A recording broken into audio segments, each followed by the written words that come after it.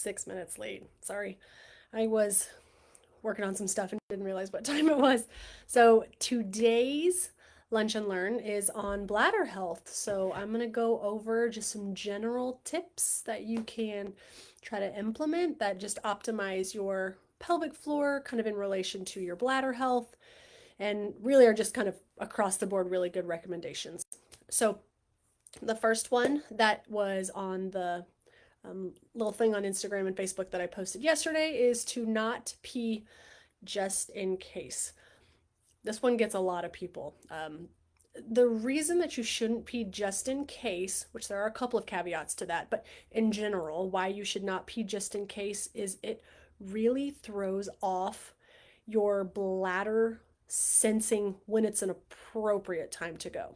So if you always pee before you leave the house, even if the grocery store is 5 minutes away, what that routinely tells the bladder is that it actually needs to let you know when it's time to go when it's not as full, if that makes sense. So for example, if normally your bladder gets to 75% capacity and that's when you get that urge to go and then you respond to that urge by voiding, that is a feedback loop that lets the bladder know, okay, that's a good time to let me know. But if you are routinely emptying your bladder when it's 10-15% full, it then starts to think that that is when it needs to let you know that it needs to go. So if you frequently have lots of bathroom breaks, but it's just not a lot in there, this could be something that you need to work on. And how you work on that is kind of beyond the scope of just this little lunch and learn for in terms of urge suppression and stuff. But just a good rule of thumb, unless you are going to be in the car for at least 1 to 2 hours, you really shouldn't pee just in case. Okay. Number two, this one again just gets people. Sit down on the toilet. So I know people are grossed out by sitting on the toilet and the germs and all the things, but I'm here to tell you that door handle on the stall and on the bathroom, way nastier than what you're going to put your butt on. So when you hover over the toilet to pee, your pelvic floor is actually on and tense, trying to support your pelvis and keep you from falling over. When you sit down to pee, that pelvic floor is designed to relax and open to let the pee come out. So you can see where if you're hovering, that pelvic floor is not going to be able to relax all the way because it's going to be tense trying to stabilize you. So again, it starts to throw off the coordination of what is supposed to happen during a void. What's supposed to happen is you sit, pelvic floor relaxes, there's a muscle in your bladder, it squeezes, kind of generating the pressure change, and then you're able to empty your bladder. I will kind of skip ahead to number 4 just because it goes with what I just was talking about.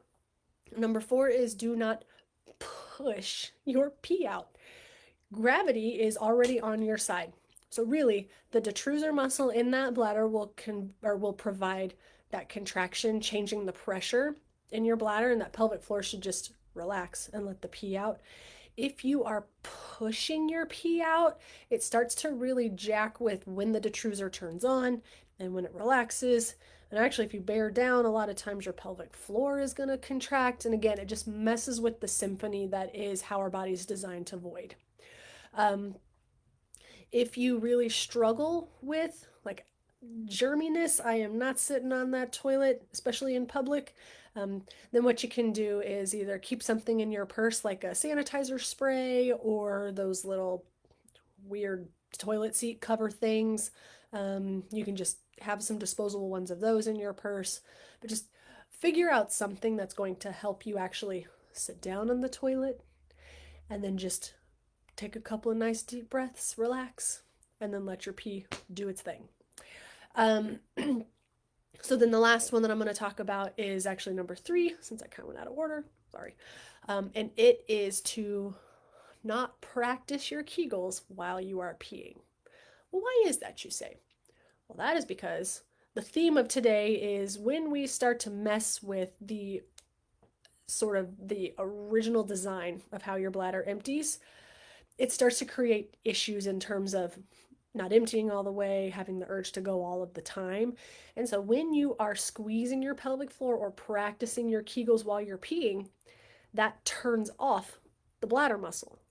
Your bladder and your pelvic floor have a reciprocal relationship. When one's on, the other one's off. It's kind of like stoplights, right? If they're all red, that's not great. If they're all green, that's not great. They're designed to be opposite.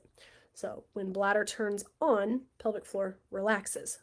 Well, when you do a Kegel while you are peeing, pelvic floor turns on, bladder relaxes. So it really kind of throws off who's supposed to go when, and then you'll have some issues with not emptying your bladder all the way. And the other thing that can happen is if you are routinely practicing Kegels while you pee, you are running the risk of increasing your chances for a UTI because disrupting that flow of urine, you can start to get some backwash, and that's what will let bacteria get back up into that bladder and potentially give you a bladder infection. So if you want to practice it like once just to say, hey, can I do it? That's fine, but really you should not routinely be doing that at all. So hopefully this was helpful. This was shorter than my last couple of weeks, which is my goal. So next week, I did look it up. It is on functional dry needling. So we'll see if I can find somebody to, practice on. I can't do it to myself. I can't. Maybe I will bring in like a banana or some piece of fruit that I can show you guys kind of what I do for the needling if I can't rope one of my co-suite mates into being a volunteer. All right. Happy Monday. Enjoy the weather.